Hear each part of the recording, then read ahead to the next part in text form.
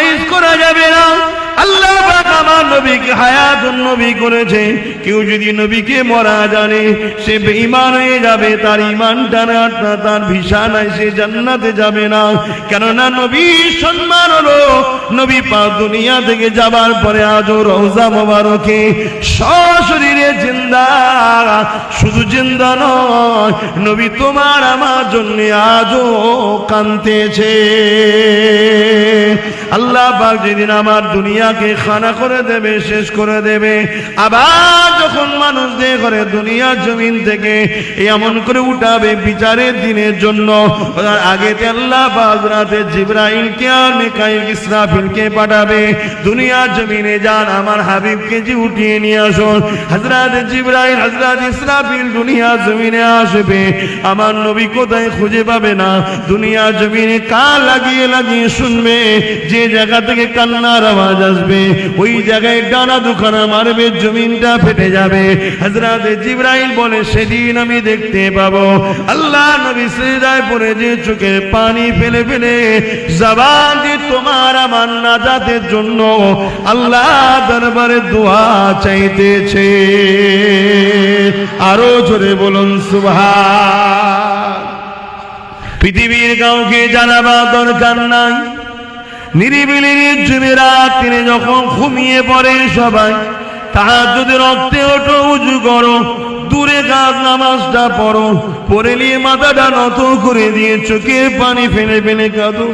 আল্লাহ আমি অন্যায় করে ফেলেছি, আল্লাহ আমি ভুল করে ফেলেছি, হে আল্লাহ আমি গান শুনে ফেলেছি, হে আল্লাহ আমি সিনেমা দেখে ফেলেছি, হে আল্লাহ আমি যাত্রায় চলে গেছি, হে আল্লাহ আমি ফাংশনে চলে গেছি, হে আল্লাহ আমি শরাব পান করেছি, হে আল্লাহ আমি জিনা করে ফেলেছি, হে আল্লাহ আমি কিনা কিনা পাপ করে ফেলেছি। শুনে রেখে দাও আমার আল্লাহ এত দয়ালু, তুমি যদি পৃথিবীর পরিমাণ গুনাহ করার পরও আল্লাহর কাছে যদি ক্ষমা চাও, আমার আল্লাহ এত দয়ালু, তোমার চোখ দিয়ে যদি মাছির মাথাতে ক্ষুদ্র পানি বেরিয়ে যায়, ওই পানির বিনিময়ে আল্লাহ তোমার জীবনের গুনাহকে মাফ করে দেয়। আল্লাহ নবী আরো জানিয়েছে, ওরে আমার উম্মত উম্মতি রে, যদি চোখ দিয়ে পানি না বেরোয় কান্নার মতো মুখটা করে নে, যদি চোখ দিয়ে না পানি বেরোয় কান্নার মতো মুখটা করে নে, একটা বান্দা যেন দেখে বলতে পারে ওই বান্দাটা তার আল্লাহর কাছে কাঁদছে, ওই বান্দিটা তার আল্লাহর কাছে কাঁদছে, ওই বান্দাটা তার খালেকের কাছে কাঁদছে, ওই বান্দিটা তার রহমানের কাছে কাঁদছে। আল্লাহ নবী জানাবে, ওরে আমার উম্মত উম্মতি রে, তোর চোখ দিয়ে যদি পানি নাও বেরোয়, যুবক শোনো শোনো, কান্নার মতো মুখটা করে নিয়ে আল্লাহকে বলো, আল্লাহ আপনি বড় দয়ালু, আপনি বড় মাফ করেনেওয়ালা, আপনার রহমতের শেষ নেই, আমার গুনাহ তো শেষ আছে, আল্লাহ আপনি আমাকে মাফ করে দিয়ে। আল্লাহ নবী জানিয়ে দিলে ওই বান্দাকে আল্লাহ এমন ভাবে মাফ করে দেবে যেমন দুনিয়ায় বাচ্চা এসেছিল কোনো গুনাহ ছিল না, ওই রকম বেগুনাহ আল্লাহ পাক বানিয়ে দেয়। আরো জোরে বলুন সুবহান। তাহলে আমাদেরকে টুকরো টুকরো করতে চাইছে, আমাদের উচিত হবে আল্লাহ নবী ও সাহাবাদের কথা মতো চলা। আল্লাহ নবী জানিয়ে দিলেন, বাবা সাহাবারা, আমি নবী পাশের নবী, আমার পরে আর কোন নবী আসবে না, আনা খাতিমুন নবী, আমি শেষ নবী। সাহাবারা জিজ্ঞাসা করলেন, ইয়া রাসূলুল্লাহ, হাবিবাল্লাহ, দিনের দাওয়াত কি দাওয়াতে বন্ধ হয়ে যাবে? আল্লাহ নবী বলেছিলেন, না, এবারে দাওয়াত দেবে। ইন্নাল্লাযীনা মাসূলি হাযিল উম্মতি আলা রাসি কুল্লি মিয়াতি সানাতিন মাইজাদুলা দীনাহা, এবারে দিনের দাওয়াত দিবার জন্য আল্লাহ পাক মুজাদ্দিদকে পাঠাবে। ওই মুজাদ্দিদকে তোমরা অনুসরণ করে নেবে, কারণ জামানা মুজাদ্দিদরা হবে কোরআন সুন্নাহর পূর্ণাঙ্গ ধারক বাহক। তারা নিজেরা কোরআন সুন্নাহকে মানবে এবং মানুষের কাছে কোরআন সুন্নাহকে পৌঁছে দেবে। মুজাদ্দিদটা কেমন হবে? আল্লাহ নবী রেখে যাওয়া দিনকে 100 বছর আগে কিংবা পরে আসবে। কোন জিনিস যদি বাড়াবাড়ি কেউ করে ফেলে ওটাকে কমিয়ে নবী যেটা রেখে গেছে ওই জায়গায় রাখবে। কোন জিনিস যদি কেউ কমিয়ে ফেলে ওটাকে তুলে নিয়ে যে নবী যেটা রেখে গেছে ওটাকে রাখবে। এই আল্লাহ শুকরিয়া আদায় করুন, বাংলার মানুষ তুমি আমি জিনাকে পেয়েছি জাবানার মুজাদ্দিদ আল্লামা সৈয়দ আবু বকর সিদ্দিক। তারা হুজুর যেটা তোমাকে আমাকে দিয়েছে ওটা হলো আল্লাহ নবী ও সাহাবাদের রাস্তা দেখিয়েছে। তাই দেখবেন বাংলায় হাজারো বক্তা ওঠে, ঘুরিয়ে ফিরিয়ে দেখবেন দাদা হুজুরের সিলসিলার উলামাদের বিরুদ্ধে বা আওলাদদের বিরুদ্ধে। উদ্দেশ্য হলো এই সিলসিলাটাকে টুকরো করা। কেন বাংলায় এক কাটটা লোক ফুরফুরামুখী হয়ে আছে না নাই? এই এক কাটটা হয়ে থাকলে দুনিয়ার জালিম শাসকেরও সমস্যা, তারা আমার ধর্মের উপরে আঘাত যেই করতে যাবে তার অসুবিধা হবে না? হবে না? এক কাটটা হুকুম হয়ে যাবে, বাবারা সরে যাও তো, কেন পীরের কথা মানবে? তাহলে টুকরো টুকরো করে দাও। এই টুকরো করতে কে পারবে? আমলোক পারবে? বলবেন তো আলেম উলামারাই পারবে, তাই না? তা আলেম উলামা দুই ধরনের, নবী বলেছে একদল আল্লাহ ও রসুলের পক্ষে আর একদল দুনিয়ার পক্ষে। যুগে যুগে যুগে যুগে এই আলেমরা একদল, তারা দুনিয়ার তাগুতি শক্তিদের পিছনে ঘুরেছে, তাদের অর্থ নিয়ে দুনিয়ার জমিনে ঘুরেছে, শুধু আমাদের মধ্যে ডিভাইড তৈরি করা। তাই আমি বলবো আমার মুজাদ্দিদ জামানকে মজবুত করে ধরেন। পৃথিবী যেখানেই থাকেন না কেন, আপনি কারবারের জন্য গেছেন আপনি যান, আল্লাহ আপনার রুজিতে বরকত দিক আমি দোয়া করি। কিন্তু মতানৈক্য তৈরি নিজেদের মধ্যে করবেন না। এ যুবকেরা, তরুণীরা, বাপেরা, আল্লাহ আমার মুজাদ্দিদ জামানকে জাবানার মুজাদ্দিদ করেছে, তেনাকে অনুসরণ করে চলুন।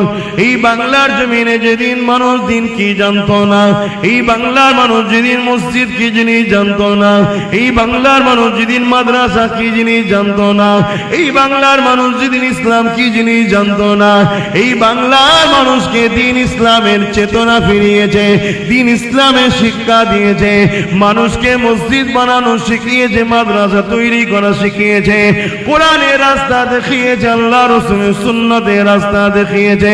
মনে রাখবেন, ইতিহাসটা বলছি, গল্প বলছি না, আমার আপনার মুর্শিদ জাবানার মুজাদ্দিদ দাদা হুজুর পীর কিবলা দেখিয়েছিলেন। বেশি নয়, আপনি অফিসে গিয়ে RSCS আগের যে পর্চাগুলো আছে তুলবেন, অনেকের নামের, আপনাদেরই পূর্বপুরুষের অনেকের নামের আগে মোহাম্মদ পাবেন না, অন্য কিছু পাবেন। দিনই জানতো না। আল্লাহ দাদা হুজুরও ছিল, এবং দাদা হুজুর হলেন নবীর বংশের ছেলে। কি কই কথা বলছি, অসুবিধা হচ্ছে নাকি?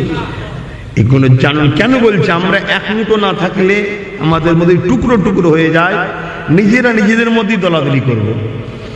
আজকে বলুন, আপনার এই দাদরা মুরব্বীরা যারা আছেন গ্রামের মধ্যে, ধর্ম বলে কোনো অশান্তি ছিল আপনাদের সময়? এখন কিন্তু দলাদলি হচ্ছে না, হয় না? কে বলছে আমিন জোরে, কে বলছে এখানে হাত, কে বলছে ওখানে হাত, কে বলছে দাঁড়িয়ে, কে বলছে বসে, দলাদলি হচ্ছে না, হয় না? যে নিজেরা নিজেদের ধর্ম নিয়েই দলাদলি করেন, যারা আপনার ধর্মকে মিটাতে চাইছে তাদের সঙ্গে লড়াইটা কবে করবেন? কিছু মাথায় ঢুকছে? এটাই তো পলিসি, যেদের নিজেদের মধ্যে লাগিয়ে দাও।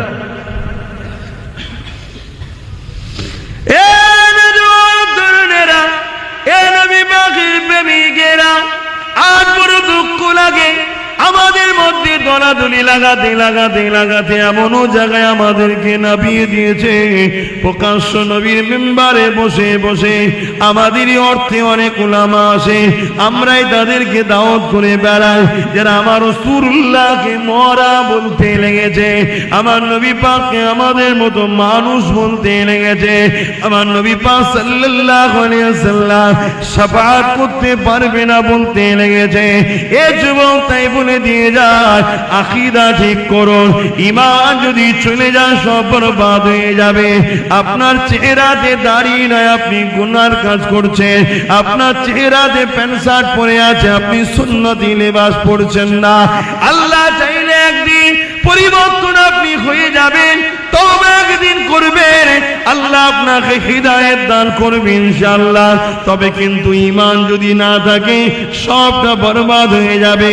নবীর মর্যাদাকে ছোট করলে ঈমান থাকে না, নবীর আদবকে ছোট করলে ঈমান থাকে না, নবীর প্রেম যদি হৃদয় থেকে সরে যায় ঈমান থাকবে না। কেননা আল্লাহ দাড়ি টুপি নামাজ রোজা হজ যাকাত গুলোকে আমল করেছে, আর আমার নবী পাকের আদব প্রেম ভালোবাসা এটাকে আল্লাহ ঈমান বানিয়েছে।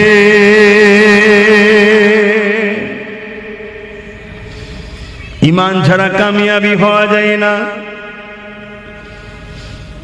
যুগে যুগে আমাদেরকে যারা মিটাতে চেয়েছিল তারা অনেক শক্তিশালী। চিঙ্গিস খানের ইতিহাস আপনারা অনেকে জানেন, অনেক শক্তিশালী ছিল, পারেনি। কেন? আমাদের ঈমানের পাওয়ারের কাছে তারা নিস্তেনাবুদ হয়ে গেছে। হালাকু খান অনেক শক্তিশালী ছিল, পারেনি আমাদের সঙ্গে। কেননা আমাদের কাছে কোনো ক্ষমতাও ছিল না, কোনো তাক ছিল না। তাহলে কি ছিল? ঈমানের পাওয়ারে তারা হেরে গেছে। তাই ঈমানকে লুটার জন্য আজ আমাদের সমাজে একদল মানুষকে ছাড়া হয়েছে। আমার অজে কি আপনাদের অসুবিধা হচ্ছে? খুব ভালো করে বুঝবেন, ঈমানকে লুটার জন্য। তরুণেরা মনে রাখবেন, সব জায়গায় কম্প্রোমাইজ করা যায়, কিন্তু মনে রাখবেন ঈমানে কোনো কম্প্রোমাইজ নয়। কেন? ঈমান আপনাকে জান্নাতে যাবার ভিসা। যেমন কোন দেশে যেতে গেলে ভিসা লাগে, ঈমান হলো আপনার ভিসা। কোন দেশে যেতে গেলে কি লাগে? ভিসা। পাসপোর্ট রয়েছে, ভিসা নেই, যেতে পারবেন?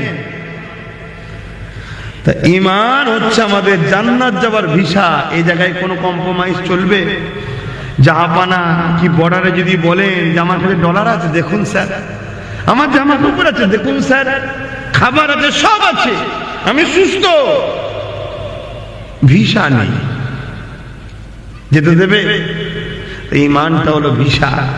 সব জায়গায় কম্প্রোমাইজ করা যায়, ভিসাতে কম্প্রোমাইজ হবে না। আল্লাহ নবীর প্রেম ভালোবাসা আদবেটা হলো ঈমান। এই জায়গাতে কোনো কম্প্রোমাইজ করা যাবে না। আল্লাহ পাক আমার নবীকে হায়াতুন নবী করেছে। কেউ যদি নবীকে মরা জানে সে বেঈমান হয়ে যাবে, তার ঈমানটা না, তার ভিসা নাই, সে জান্নাতে যাবে না। কেননা নবীর সম্মান হলো, নবী পাক দুনিয়া থেকে যাবার পরে আজও রওজা মোবারকে সশরীরে জিন্দা। শুধু জিন্দা নয়, নবী তোমার আমার জন্য আজও কাঁদতেছে। আল্লাহ পাক যেদিন আমার দুনিয়াকে খানা করে দেবে, শেষ করে দেবে, আবার যখন মানুষদের ঘরে দুনিয়ার জমিন থেকে এমন করে উঠাবে বিচারের দিনের জন্য, আগেতে আল্লাহ পাক রাতে জিবরাইলকে আর মিকাইল ইসরাফিল হাবিবকে পাঠাবে, দুনিয়ার জমিনে যান আমার হাবিবকে যে উঠিয়ে নিয়ে আসুন। হযরত জিবরাইল হযরত ইসরাফিল দুনিয়ার জমিনে আসবে, আমার নবী কোথায় খুঁজে পাবে না, দুনিয়ার জমিনে কান লাগিয়ে লাগিয়ে শুনবে, যে জায়গা থেকে কান্নার আওয়াজ আসবে ওই জায়গায় ডানা দুখানা মারবে, জমিনটা ফেটে যাবে। হযরত জিবরাইল বলে সেদিন আমি দেখতে পাবো আল্লাহ নবী সিজদায় পড়ে যে চোখে পানি ফেলে ফেলে জবান দিয়ে তোমার আমার নাজাতের জন্য আল্লাহ দরবারে দোয়া চাইতেছে। আরো জোরে বলুন সুবহান। এই আকীদা হৃদয়ে আছে, দুনিয়া জমিনে গুনাহ করে ফেলেছে, তওবা যদি করে আল্লাহ মাফ করে দেবে, যদি তওবা না করে পরকালে যাবার পর আল্লাহ গুনাহ করার জন্য জাহান্নামে দেবে। গুনাহটার যা শাস্তি কাটার পর, গুনাহ শাস্তি কেটে যাবার পর ঈমান থাকার জন্য বার করে জান্নাতে দেবে। জোরে বলুন সুবহানাল্লাহ। দুনিয়ায় কোনো গুনাহ করেনি, অনেক ভালো কাজ করেছে, কিন্তু রাসূলকে মরা জেনেছে, ও জাহান্নামে